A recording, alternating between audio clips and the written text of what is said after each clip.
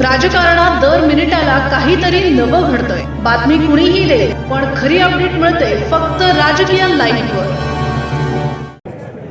दादा, महाभारत राजकारणातलं घडत असताना कृष्ण कुणाच्या बाजूला आहे ते फार महत्वाचं असतं.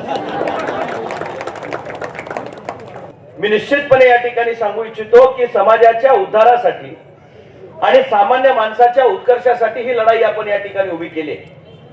आज चौगले वहिनी असतील, मिसाळ वहिनी असतील, या आपल्या नशीब आपल्या गावात या ठिकाणी आजमावत आहेत. मिसाळ वहिनी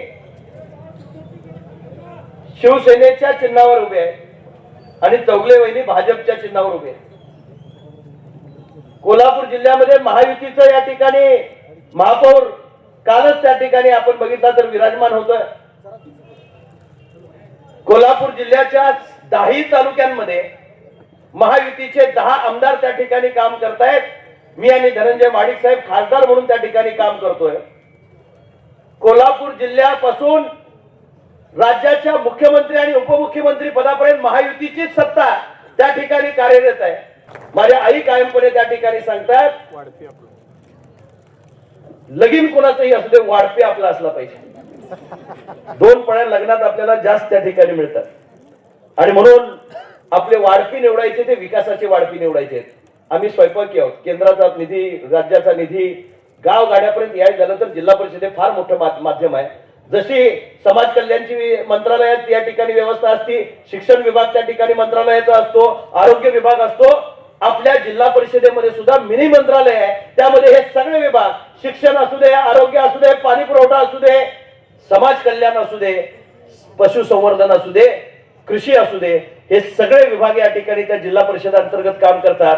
ग्राम विकासाला खरं बळकटी देण्याचं काम यशवंतराव चव्हाणांनी या ठिकाणी ते जे स्वप्न पाहिलं त्यामधनं आज 50% महिला या राजकारणामध्ये आणि समाजकारणामध्ये त्या ठिकाणी काम करतात. एक भगिनी, 2 भगिनी आपल्याकडे त्या ठिकाणी पुढे जात आहेत. या दोघींच्याही पाठीशी आपले आशीर्वाद पताच्या रूपाने या ठिकाणी उभं राहणं हे अत्यंत गरजेचं आहे.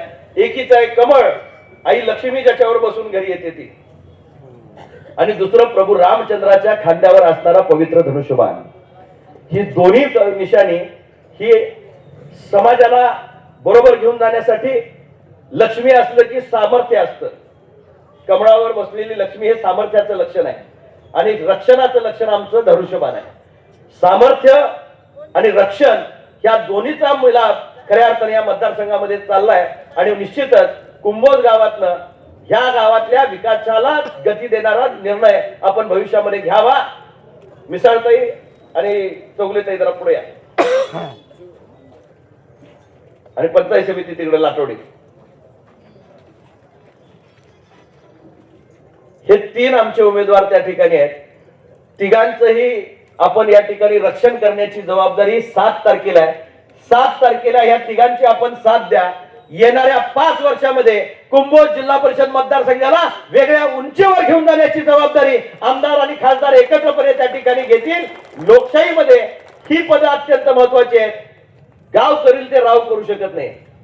आमच्या पंचायत समितीच्या सदस्य झाल्या तर ती वाटणी तुमची तिथे राहणार आहे. जिल्हा परिषदेच्या सदस्य राहिल्या तर तिथं त्या ठिकाणी काम करणार आहेत. आणि आज बापू असतील, अशोक अण्णा आणि हे तिघही मंडळी आपल्या सेवेसाठी या ठिकाणी अहोरात्र प्रयत्न करतील. तिघांची ही चिन्ह 2 कमळ आणि 1 धनुष्यबाण हे आपल्या या ठिकाणी लक्षात ठेवावं. या गावाच्या विकासाला पंचायत समिती आणि जिल्हा परिषदेमध्ये आपण भरघोस मताने विजय करावं ही कळकळीची विनंती आपल्या सर्वांना करून पुढे अजून 2 सभा माझ्या आहेत. अब मी पुढे जाण्याची परवानगी घेतो. आमदार साहेब या ठिकाणी आलेले आहेत, कृष्णराजजी या ठिकाणी आलेले आहेत. मुलांनी उत्साहीपणे या ठिकाणी कृष्णराज तुमचं स्वागत खांद्यावर बसून आणलंय.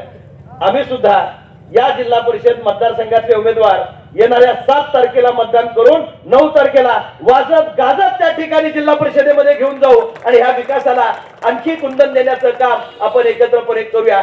2 भगिनींना आणि 1 भावाला आपली साथ लाभावी एवढी विनंती करून मी पुढे जाण्याची परवानगी घेतो. जय हिंद. राजकीय घडामोडींचा सर्वात वेगवान अपडेट फक्त इथेच राजकीय लाईव्हवर. आमच्या YouTube चॅनलला लाईक, शेअर, सबस्क्राईब करा आणि रहा राजकारणाच्या रणभूमीवरील थेट नजरेत.